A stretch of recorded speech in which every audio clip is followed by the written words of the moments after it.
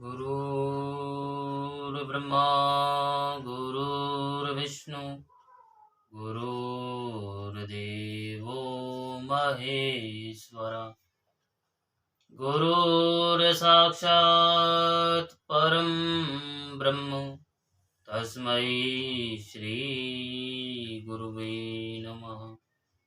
ॐ गजाननं भूतगणाधिसेवितं कपितजम्बुफलचारुभक्षणम् उमासुतं शोकविनाशकारिकं नमामि विघ्नेश्वरपादपङ्कजम्। नारायणं नमस्कृत्यं नरं चैव नरोत्तमं देवीं सरस्वतीं व्यासं ततो जयमुदीरयेत्। आइए हनुमान विराजिए कथा कहूँ वेद अनुसार प्रेम सहित गादी धरूं पधारिए पवन कुमार। बोलो पवन पुत्र हनुमान की जय। सियावर रामचंद्र भगवान की जय। उमापति महादेव की जय। शिव महापुराण की जय। से भक्ताओं श्रोताओं की जय। सिया राम में सब जग जानी करऊं प्रणाम जोर जुग पानी। सच्चिदानंद रूपाय विश्वोत्पत्त्यादि हेतवे तापत्रय विनाशाय श्री कृष्णाय वयं नमः। बोलो उमापति महादेव की जय। ओम नमः पार्वती पते हर हर महादेव हर हर महादेव हर हर महादेव। जय जय श्री राधे जय श्री राधे जय जय श्री राधे श्याम। तो आप सुन रहे हैं शिव महापुराण विदेश्वर संहिता, जिसमें आपने कल तक सुना 17वां अध्याय। आज आप 18वां अध्याय सुनेंगे। ऋषिगण बोले कि हे सर्वज्ञों में श्रेष्ठ, बंधन और मोक्ष का स्वरूप क्या है, यह हमें बताइए। सूत जी बोले, हे महर्षियों, मैं बंधन और मोक्ष का स्वरूप तथा मोक्ष के उपाय का वर्णन करूंगा। आप लोग आदर पूर्वक सुने। जो प्रकृति आदि 8 बंधनों से बंधा हुआ है वह जीव बद्ध कहलाता है, और जो उन 8 बंधनों से छूटा हुआ है उसे मुक्त कहते हैं। प्रकृति आदि को वश में कर लेना मोक्ष कहलाता है। बंधन आगंतुक है और मोक्ष स्वतः सिद्ध है। बद्ध जीव जब बंधन से मुक्त हो जाता है तब उसे मुक्त जीव कहते हैं। प्रकृति, बुद्धि, महतत्व, त्रिगुणात्मक अहंकार और 5 तन्मात्राएं, इन्हें ज्ञानी पुरुष प्रकृत्या घष्टक मानते हैं। प्रकृति आदि 8 तत्वों के समूह से देह की उत्पत्ति हुई है। देह से कर्म उत्पन्न होता है और फिर कर्म से नूतन देह की उत्पत्ति होती है। इस प्रकार बार बार जन्म और कर्म होते रहते हैं। शरीर को स्थूल, सूक्ष्म और कारण के भेद से 3 प्रकार का जानना चाहिए। स्थूल शरीर जागृत अवस्था में व्यापार कराने वाला, ये हमारा स्थूल शरीर है। सूक्ष्म शरीर जागृत और स्वप्न अवस्थाओं में, यानी आप जाग रहे हो तो भी और सो रहे हो तो भी, इंद्रिय भोग प्रदान करने वाला। तथा कारण शरीर सुषुप्ता अवस्था में आत्मानंद की अनुभूति कराने वाला कहा गया है। तो जीव को उसके प्रारब्ध कर्मानुसार सुख दुख प्राप्त होते हैं। वह अपने पुण्य कर्मों के फल स्वरूप सुख और पाप कर्मों के फल स्वरूप दुख प्राप्त करता है। तथा कर्म पाश से बंधा हुआ जीव अपने त्रिविध शरीर से होने वाले शुभ अशुभ कर्मों द्वारा सदा चक्र की भांति बार बार घुमाया जाता है, और वो ये हो रहा है, जन्म मरण होता जा रहा है। तो इस चक्रवृत्त भ्रमण की निवृत्ति के लिए चक्रकर्ता का स्तवन एवं आराधना करना चाहिए। प्रकृति आदि जो 8 पास बतलाए गए हैं उनका समुदाय ही महाचक्र है, और जो प्रकृति से परे हैं वे परमात्मा शिव हैं। भगवान महेश्वर ही प्रकृति आदि महाचक्र के कर्ता हैं, क्योंकि वे प्रकृति से परे हैं।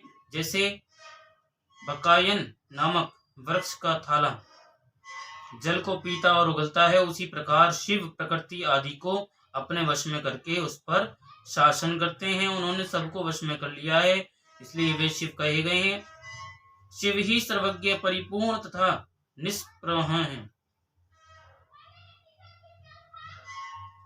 सर्वज्ञता, सर्वज्ञता, तृप्ति, अनादिबोध, स्वतंत्रता, नित्य अलुप्त शक्ति आदि से संयुक्त होना और अपने भीतर अनंत शक्तियों को धारण करना, महेश्वर के इन 6 प्रकार के मानसिक ऐश्वर्यों को केवल वेद जानता है। अतः भगवान शिव के अनुग्रह से ही प्रकृति आदि 8 तत्व वश में होते हैं। भगवान शिव का कृपा प्रसाद प्राप्त करने के लिए उन्हीं का पूजन करना चाहिए। शिव तो परिपूर्ण है, निष्प्रह हैं, उनकी पूजा कैसे हो सकती है? इसका उत्तर यह है कि भगवान शिव के उद्देश्य से उनकी प्रसन्नता के लिए किया हुआ सत्कर्म उनके कृपा प्रसाद को प्राप्त कराने वाला होता है। शिवलिंग में, शिव की प्रतिमा में तथा शिव भक्तजनों में शिव की भावना करके उनकी प्रसन्नता के लिए पूजा करनी चाहिए। वह पूजन शरीर से, मन से, वाणी से और धन से भी किया जा सकता है। उस पूजा से प्रकृति से परे महेश्वर पूजक पर विशेष कृपा करते हैं, ये सत्य है। शिव की कृपा से कर्म आदि सभी बंधन अपने वश में हो जाते हैं। कर्म से लेकर प्रकृति पर्यंत सब कुछ जब वश में हो जाता है तब वह जीव मुक्त कहलाता है और स्वात्माराम रूप से विराजमान होता है। परमेश्वर शिव की कृपा से जब कर्म जनित शरीर अपने वश में हो जाता है तब भगवान शिव के लोक में निवास प्राप्त होता है। इसी को सालोक्य मुक्ति कहते हैं। जब तन्मात्राएं वश में हो जाती हैं तब जीव जगदम्बा सहित शिव का सामीप्य प्राप्त कर लेता है। यह सामीप्य मुक्ति है। उसके आयुध आदि और क्रिया आदि सब कुछ भगवान शिव के समान हो जाते हैं। भगवान का महाप्रसाद प्राप्त होने पर बुद्धि भी वश में हो जाती है। बुद्धि प्रकृति का कार्य है, उसका वश में होना सारष्टी मुक्ति कही गई है। पुनः भगवान का महान अनुग्रह प्राप्त होने पर प्रकृति वश में हो जाएगी। उस समय भगवान शिव का मानसिक ऐश्वर्य बिना यत्न के ही प्राप्त हो जाएगा। सर्वज्ञता आदि जो शिव के ऐश्वर्य हैं उन्हें पाकर मुक्त पुरुष अपनी आत्मा में ही विराजमान होता है। वेदों शास्त्रों में विश्वास रखने वाले विद्वान पुरुष इसी को सायुज्य मुक्ति कहते हैं। इस प्रकार लिंग आदि में शिव की पूजा करने से कर्मशः मुक्ति स्वतः प्राप्त हो जाती है। इसलिए शिव का कृपा प्रसाद प्राप्त करने के लिए तत्संबंधी क्रिया आदि के द्वारा उन्हीं का पूजन करना चाहिए। शिव क्रिया, शिव तप, शिव मंत्र जप, शिव ज्ञान और शिव ध्यान के लिए सदा उत्तरोत्तर अभ्यास बढ़ाना चाहिए। प्रतिदिन प्रातः काल से रात को सोते समय तक और जन्म काल से लेकर मृत्यु पर्यंत सारा समय भगवान शिव के चिंतन में ही बिताना चाहिए। सद्योजातादि मंत्रों तथा नाना प्रकार के पुष्पों से जो शिव की पूजा करता है वह शिव को ही प्राप्त होगा। ऋषिगण बोले कि हे सुव्रत, अब आप लिंग आदि में शिव जी की पूजा का विधान बताइए। सूत जी बोले, हे द्विजों, मैं लिंगों के कर्म का यथावत वर्णन कर रहा हूँ, आप लोग सुनिए। वह प्रणव ही समस्त अभिष्ट वस्तुओं को देने वाला प्रथम लिंग है। उसे सूक्ष्म प्रणव रूप समझना चाहिए। सूक्ष्म लिंग निष्कल होता है और स्थूल लिंग सकल। पंचाक्षर मंत्र को ही स्थूल लिंग कहते हैं। उन दोनों प्रकार के लिंगों का पूजन तप कहलाता है। वे दोनों ही लिंग साक्षात मोक्ष देने वाले हैं। पौरुष लिंग और प्रकृति लिंग के रूप में बहुत से लिंग हैं। उन्हें भगवान शिव ही विस्तार पूर्वक बता सकते हैं, दूसरा कोई नहीं जानता। पृथ्वी के विकार भूत जो जो लिंग ज्ञात हैं उनको मैं आप लोगों को बता रहा हूँ। उनमें प्रथम स्वयंभू लिंग, दूसरा बिंदु लिंग, तीसरा प्रतिष्ठित लिंग, चौथा चल लिंग, पांचवा गुरुलिंग है। देवर्षियों की तपस्या से संतुष्ट होकर उनके समीप प्रकट होने के लिए पृथ्वी के अंतर्गत बीज रूप से व्याप्त हुए भगवान शिव वृक्षों के अंकुर की भांति भूमि को भेद कर नादलिंग रूप में व्याप्त हो जाते हैं। वे स्वतः व्यक्त हुए शिव ही स्वयं प्रकट होने के कारण स्वयंभू नाम धारण करते हैं। ज्ञानी जन उन्हें स्वयंभू लिंग के रूप में जानते हैं। उस स्वयंभू लिंग की पूजा से उपासक का ज्ञान स्वयं ही बढ़ने लगता है। सोने चांदी आदि के पत्र पर, भूमि पर अथवा वेदी पर अपने हाथ से लिखित जो शुद्ध प्रणव मंत्र रूप लिंग है उसमें तथा यंत्र लिंग का आलेखन करके उसमें भगवान शिव की प्रतिष्ठा और आवाहन करे। ऐसा बिंदु नाद में लिंग स्थावर और जंगम दोनों ही प्रकार का होता है। इसमें शिव का दर्शन भावनामय ही है, इसमें संदेह नहीं है। जिसको जहाँ भगवान शंकर के प्रकट होने का विश्वास हो उसके लिए वहीं प्रकट होकर वे अभिष्ट फल प्रदान करते हैं। अपने हाथ से लिखे हुए यंत्र में अथवा कृत्रिम स्थावर आदि में भगवान शिव का आवाहन करके 16 उपचारों से उनकी पूजा करे।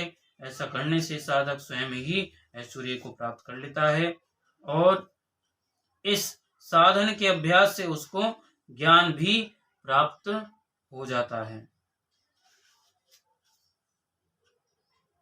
देवताओं और ऋषियों ने आत्म सिद्धि के लिए अपने हाथ से वैदिक मंत्रों के उच्चारण पूर्वक शुद्ध मंडल में शुद्ध भावना द्वारा जिस उत्तम लिंग शिवलिंग की स्थापना की है उसे पौरुष लिंग कहते हैं तथा वही प्रतिष्ठित लिंग कहलाता है। उस लिंग की पूजा करने से सदा पौरुष ऐश्वर्य की प्राप्ति होती है।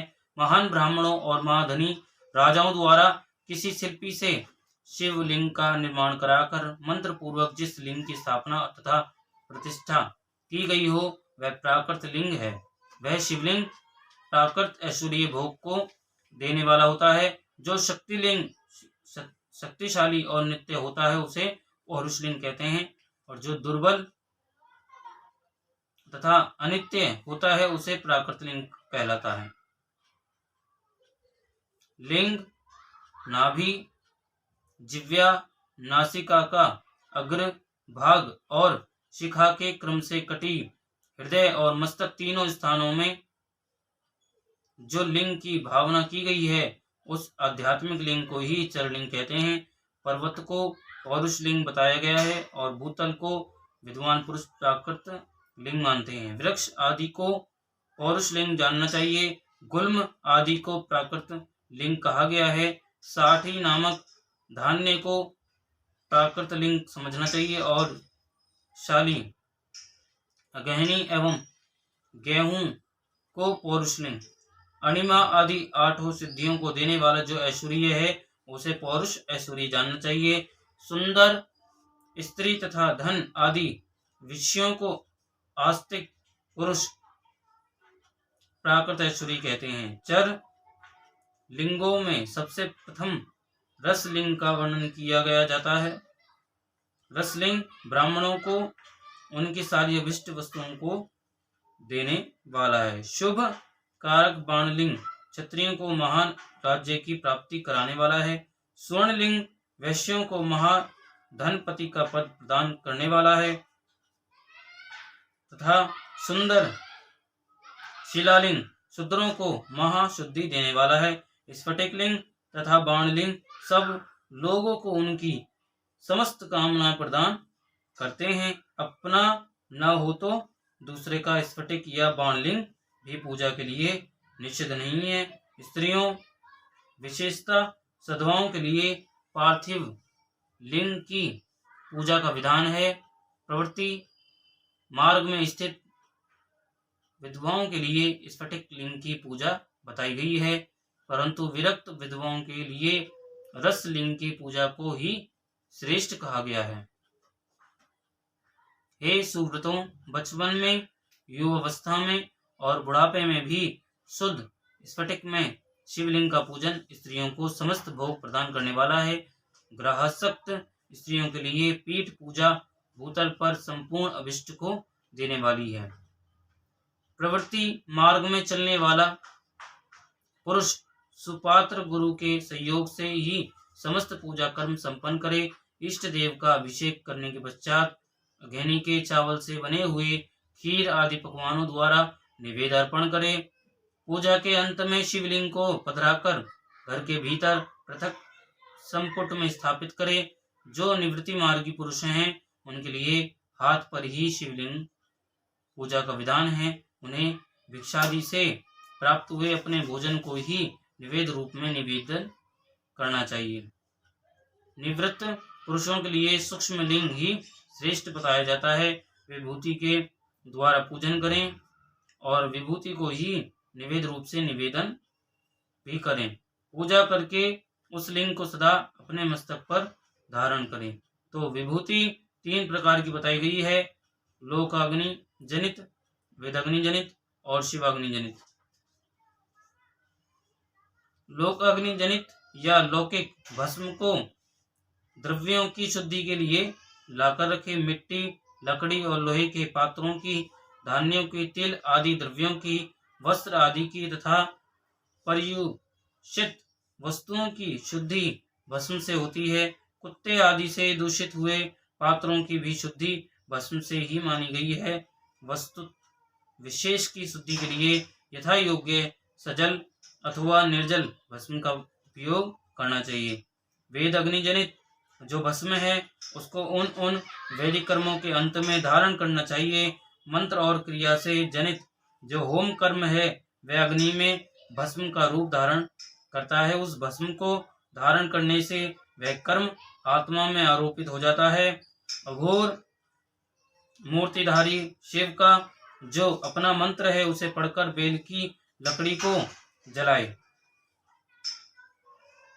उस मंत्र से अभिमंत्रित अग्नि को शिवाग्नि कहा गया है। उसके द्वारा जले हुए काष्ठ का जो भस्म है वह शिव अग्नि जनित है। कपिला गाय के गोबर अथवा गाय मात्र के गोबर को तथा शमी, पीपल, पलाश, वट, अमलतास और बिल्व इनकी लकड़ियों को शिवाग्नि से जलाए। वह शुद्ध भस्म शिवाग्नि जनित माना गया है। अथवा कुश की अग्नि में शिव मंत्र के उच्चारण पूर्वक काष्ठ को जलाए। फिर उस भस्म को कपड़े से अच्छी तरह छानकर नए घड़े में भरकर रख दे। उसे समय समय पर अपनी कांति या शोभा की वृद्धि के लिए धारण करे। ऐसा करने वाला पुरुष सम्मानित एवं पूजित होता है।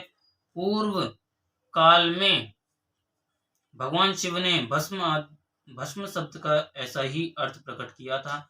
जैसे राजा अपने राज्य में सारभूत कर को ग्रहण करता है, जैसे मनुष्य सस्य आदि को जलाकर पकाकर उसका सार ग्रहण करते हैं, तथा जैसे जठरानल नाना प्रकार के भक्ष्य, भोज्य आदि पदार्थों को भारी मात्रा में ग्रहण करके उसे जलाकर सारतर वस्तु ग्रहण करता और उस सारतर वस्तु से स्वदेह का पोषण करता है, उसी प्रकार प्रपंच करता परमेश्वर शिव ने भी अपने में आधे रूप से विद्यमान प्रपंच को जलाकर भस्म रूप से उसके सार तत्व को ग्रहण किया है।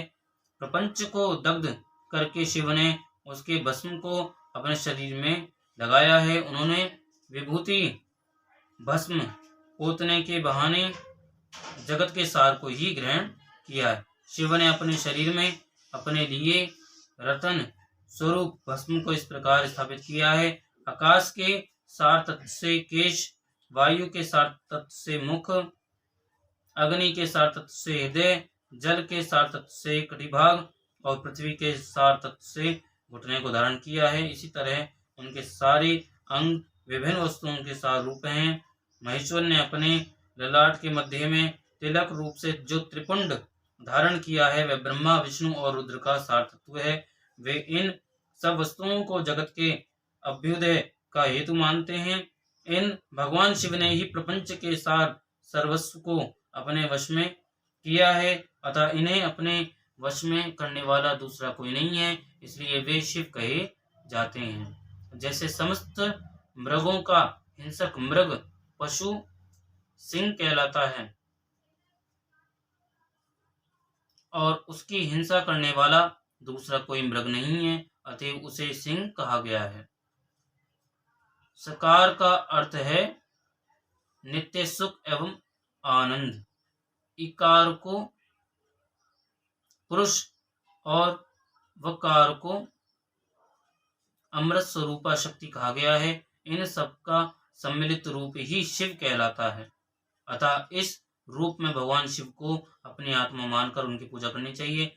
साधक पहले अपने अंगों में भस्म लगाए, फिर ललाट में उत्तम त्रिपुंड धारण करे। पूजा काल में सजल भस्म का उपयोग होता है और द्रव्य शुद्धि के लिए निर्जल भस्म का। दिन हो अथवा रात्रि, नारी हो या पुरुष, पूजा करने के लिए उसे भस्म जल सहित ही त्रिपुंड रूप में ललाट पर धारण करना चाहिए।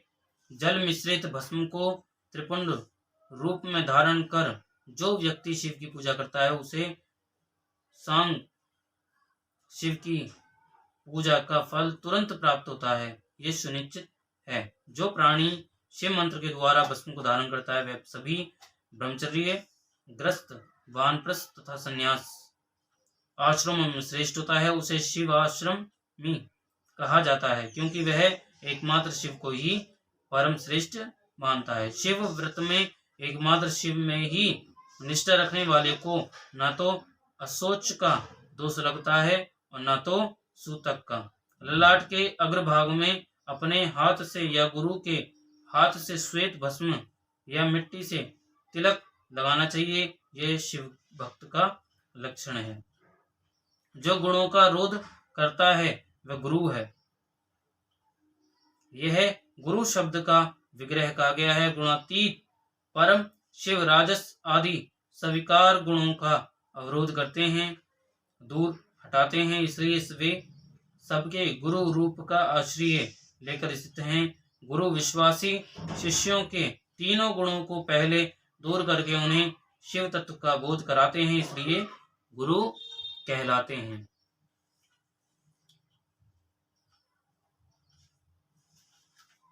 अतः बुद्धिमान शिष्य को उन गुरु के शरीर को गुरु लिंग समझना चाहिए। गुरु जी की सेवा शुश्रूषा ही गुरु लिंग की पूजा होती है।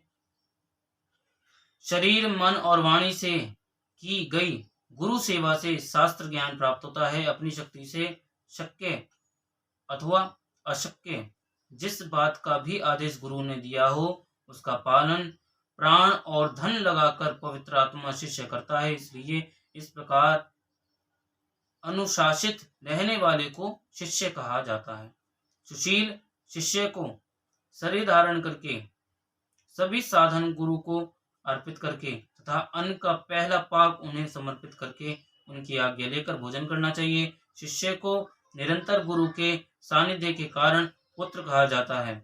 जिह्वारूप लिंग से मंत्र रूपी शुक्र का कान रूपी योनि में आधान करके जो पुत्र उत्पन्न होता है उसे मंत्र पुत्र कहते हैं। उसे अपने पिता स्वरूप गुरु की सेवा करनी ही चाहिए। शरीर को उत्पन्न करने वाला पिता तो संसार प्रपंच में पुत्र को डुबोता है। ज्ञान देने वाला गुरु रूप पिता संसार सागर से पार कर देता है। इन दोनों पिताओं के अंतर को जानकर गुरु रूप पिता की अपने कमाए धन से तथा अपने शरीर से विशेष सेवा पूजा करनी चाहिए। पैर से केश पर्यंत जो गुरु के शरीर के अंग हैं उनकी भिन्न भिन्न प्रकार से यथा स्वयं अर्जित धन के द्वारा उपयोग की सामग्री प्राप्त कराकर अपने हाथों से पैर दबाकर स्नान अभिषेक आदि कराकर तथा निवेद भोजनादि देकर पूजा करनी चाहिए। गुरु की पूजा ही परमात्मा शिव की पूजा है। गुरु के उपयोग से बचा हुआ सारा पदार्थ आत्मा शुद्धि करने वाला है। हे द्विजों, गुरु का शेष जल तथा अन्न आदि से बना हुआ शिवोचिष्ट शिव भक्तों और शिष्यों के लिए ग्राह्य और भोज्य है।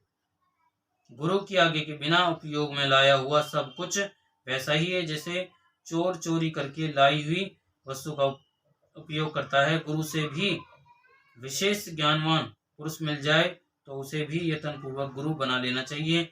ज्ञान रूपी बंधन से छूटना ही जीव मात्र के लिए साध्य पुरुषार्थ है। अतः जो विशेष ज्ञानवान है वही जीव को उस बंधन से छुड़ा सकता है। कर्म की सांगोपांग पूर्ति के लिए पहले विघ्न शांति करनी चाहिए। विघ्नता निर्विघ्नता पूर्वक तथा सांग संपन्न हुआ कार्य ही सफल होता है। इसलिए सभी कार्यों कर्मों के प्रारंभ में बुद्धिमान व्यक्ति को विघ्न विनाशक गणपति का पूजन करना चाहिए। सभी बाधाओं को दूर करने के लिए विद्वान व्यक्ति को सभी देवताओं की पूजा करनी चाहिए। ज्वर आदि ग्रंथि रोग आध्यात्मिक बाधा कही जाती है। पिशाच और सियार आदि का दिखना, बॉबी का जमीन पर उठ जाना, अकस्मात छिपकली आदि जंतुओं का गिरना, घर में कच्छप, सांप, दुष्ट स्त्री का दिखना, वृक्ष, नारी और गो आदि की प्रसूति का दर्शन होना आगामी दुखों का संकेत होता है तथा यह आदि भौतिक बाधा मानी जाती है। किसी अपवित्र वस्तु का गिरना, बिजली गिरना, महामारी, ज्वरमारी, हैजा, गोमारी, मसूरी का एक प्रकार का शीतला रोग, जन्म नक्षत्र पर ग्रहण, संक्रांति, अपनी राशि में अनेक ग्रहों का योग होना तथा दुःसंपन्न दर्शन आदि दैविक बाधा कही जाती है। शव, चांडाल और पतित का स्पर्श अथवा इनका घर के भीतर आना भावी दुख का सूचक होता है। बुद्धिमान व्यक्ति को चाहिए कि उस दोष की शांति के लिए शांति यज्ञ करे। किसी मंदिर, गौशाला, यज्ञशाला अथवा घर के आंगन में जहां 2 हाथ पर ऊंची जमीन हो उसे अच्छी तरह साफ करके उस पर एक भार धान रखकर उसे फैला दे। उसके बीच में कमल बनाए तथा कोण सहित 8 दिशाओं में भी कमल बना दे।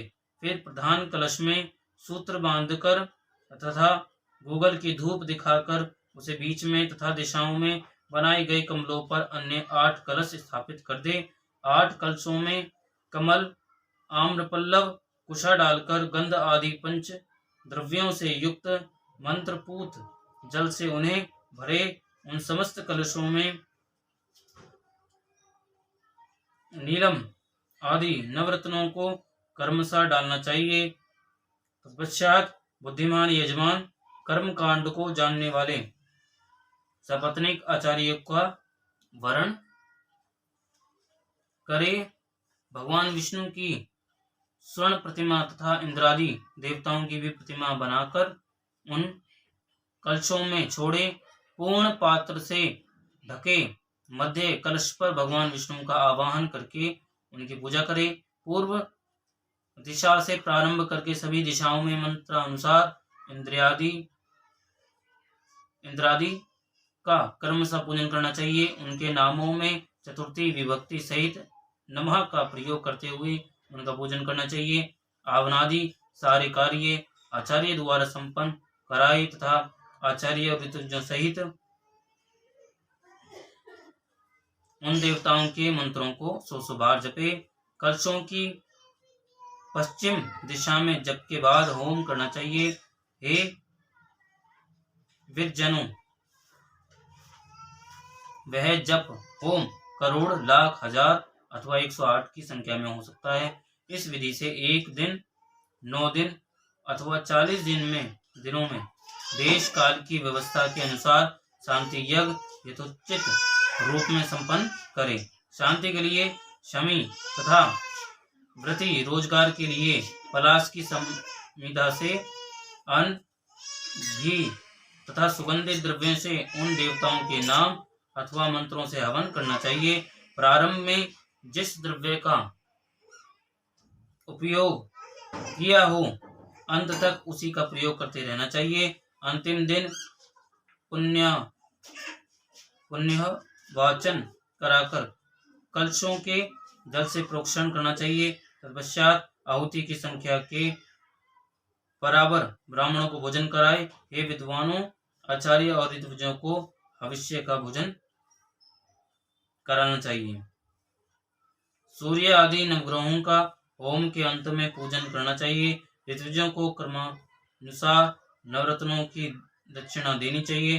तत्पश्चात 10 दान करे और उसके बाद भूयसी दान करनी चाहिए।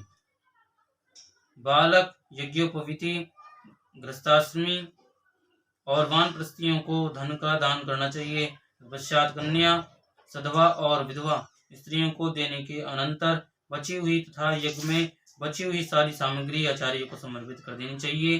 उत्पात, महामारी और दुखों के स्वामी यमराज माने जाते हैं, इसलिए यमराज की प्रसन्नता के लिए काल प्रतिमा का दान करना चाहिए। 100 निष्क या 10 निष्क के परिमाण की पाश और अंकुश धारण की हुई पुरुष के आकार की स्वर्ण प्रतिमा बनाए उस स्वर्ण प्रतिमा का दक्षिणा सहित दान करना चाहिए। उसके बाद पूर्णायु प्राप्त करने हेतु तिल का दान करना चाहिए। रोग निवारण के लिए घी में अपनी परछाई देखकर दान करना चाहिए। 1000 ब्राह्मणों को भोजन कराना चाहिए। धनाभाव में 100 अथवा यथाशक्ति ब्राह्मणों को भोजन कराना चाहिए। भूत आदि की शांति के लिए भैरव की महापूजा करें। अंत में भगवान शिव का महाभिषेक और नैवेद्य समर्पित करके ब्राह्मणों को भूरी भोजन कराना चाहिए। इस प्रकार यज्ञ संपन्न करने से दोषों की शांति हो जाती है। इस शांति यज्ञ का प्रति वर्ष फागुन मास में आयोजन करना चाहिए। अशुभ दर्शन होने पर तुरंत अथवा 1 महीने के भीतर यज्ञ का आयोजन करना चाहिए। महापाप हो जाए तो भैरव की पूजा करनी चाहिए। महाव्याधि हो जाए तो पुनः यज्ञ का पुनः संकल्प लेकर उसे संपन्न करना चाहिए। किंचन दरिद्र व्यक्ति तो केवल दीपदान कर दे, उतना भी ना हो सके तो स्नान करके कुछ दान कर दे। 108, 1000, 10,000, 1 लाख या 1 करोड़ मंत्रों से भगवान सूर्य को नमस्कार करे। इस नमस्कारात्मक यज्ञ से सभी देवता प्रसन्न हो जाते हैं। भगवान शिव की इस प्रकार प्रार्थना करे, मेरी बुद्धि आपके ज्योतिर्मय पूर्ण स्वरूप में लगी है। मुझमें जो अहंता थी वह आपके दर्शन से नष्ट हो गई है। मैं अपनी देह से आपको प्रणाम करता हूँ। हे प्रभु, आप महान हैं, आप पूर्ण हैं और मेरा स्वरूप ही आप ही हैं।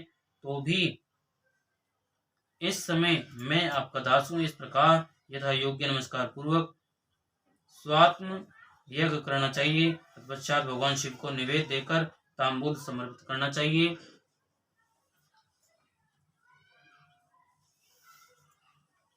तो स्वयं 108 बार शिव की प्रदक्षिणा करनी चाहिए। 1000, 10,000, 1 लाख या करोड़ प्रदक्षिणा दूसरों के द्वारा कराई जा सकती है। शिव की प्रदक्षिणा से सारे पापों का तत्क्षण नाश हो जाता है। दुख का मूल व्याधि है, व्याधि का मूल पाप होता है। धर्माचरण से ही पापों का नाश बताया गया है। तो भगवान शिव के उद्देश्य से किया गया धर्माचरण पापों का नाश करने में समर्थ होता है। शिव के धर्मों में प्रदक्षिणा को प्रधान कहा गया है। क्रिया से जप रूप होकर प्रणव ही प्रदक्षिणा बन जाता है। जन्म और मरण का द्वंद्व ही माया चक्र कहा गया है। शिव का माया चक्र ही बलिपीठ कहलाता है। बलिपीठ से आरंभ करके प्रदक्षिणा के क्रम से एक पैर के पीछे दूसरा पैर रखते हुए बलिपीठ में पुनः प्रवेश करना चाहिए, पश्चात नमस्कार करना चाहिए। इसे प्रदक्षिणा कहा जाता है। बलि पीठ से बाहर निकलना जन्म प्राप्त होना और नमस्कार करना ही आत्म समर्पण है। जन्म और मरण रूप द्वंद्व भगवान शिव की माया से प्राप्त होता है। जो इन दोनों को शिव की माया को ही अर्पित कर देता है वह फिर शरीर के बंधन में नहीं पड़ता। जब तक शरीर रहता है तब तक जो क्रिया के ही अधीन है वह जीव बद्ध कहलाता है। स्थूल, सूक्ष्म और कारण तीनों शरीरों को वश में कर लेने पर जीव का मोक्ष हो जाता है, ऐसा ज्ञानी पुरुषों का कथन है। माया चक्र के निर्माता भगवान शिव ही परम कारण हैं। वे अपनी माया के दिए हुए द्वंद्व का स्वयं ही परिमार्जन करते हैं, अतः शिव के द्वारा कल्पित हुआ द्वंद्व उन्हीं को समर्पित कर देना चाहिए। विद्वानों, प्रदक्षिणा और नमस्कार शिव को अति प्रिय है, ऐसा जानना चाहिए। भगवान शिव की प्रदक्षिणा, नमस्कार, षोडोपचार पूजन अत्यंत फलदायी होता है। ऐसा कोई पाप इस पृथ्वी पर नहीं है जो शिव प्रदक्षिणा से नष्ट ना हो सके। इसलिए प्रदक्षिणा का आश्रय लेकर सभी पापों का नाश कर लेना चाहिए। तो जो शिव की पूजा में तत्पर हो या मौन रहे, सत्य आदि गुणों से संयुक्त हो तथा क्रिया, जप, तप, ज्ञान और ध्यान में से एक एक का अनुष्ठान करता रहे।